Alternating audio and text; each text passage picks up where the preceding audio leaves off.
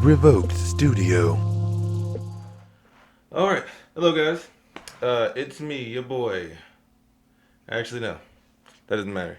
But I'm actually here today with Revoke Studio. This is Revoke Studio as it stands now. It's me, one other person. They're not here, obviously. But honestly, the reason I'm here is just to do an update video, let you guys know what exactly is happening as far as creating the game and everything like that. So everything goes on. We're following essentially 12 months. We're going to go from nothing to a full prototype game.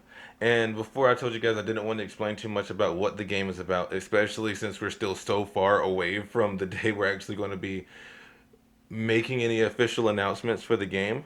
But I did want to talk a little bit about what exactly it is that I'm doing this first full month in preparation for next month. I've never modeled or anything, but I'm not going to get into that. This month, what I'm doing is I'm just spending 3 hours every single day coming up with game ideas or further developing the idea I have for the current game that we're actually working on. In addition to that, I'm running a YouTube channel. I have three different YouTube channels. All of them are relatively new. One of them is pretty old, but I don't really post a lot on my YouTube channels because I work all day. It's part of being an entrepreneur, unfortunately.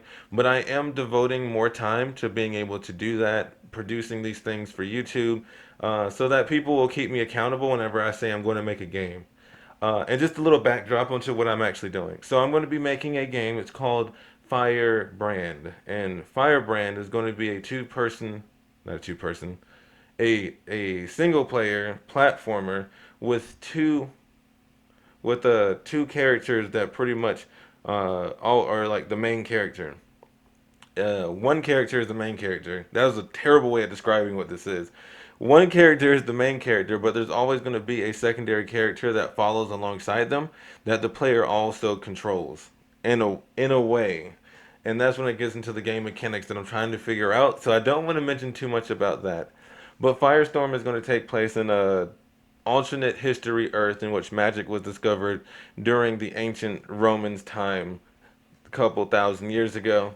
And this kind of led to a new age in magic and mystery and spirits and a whole lot of other things.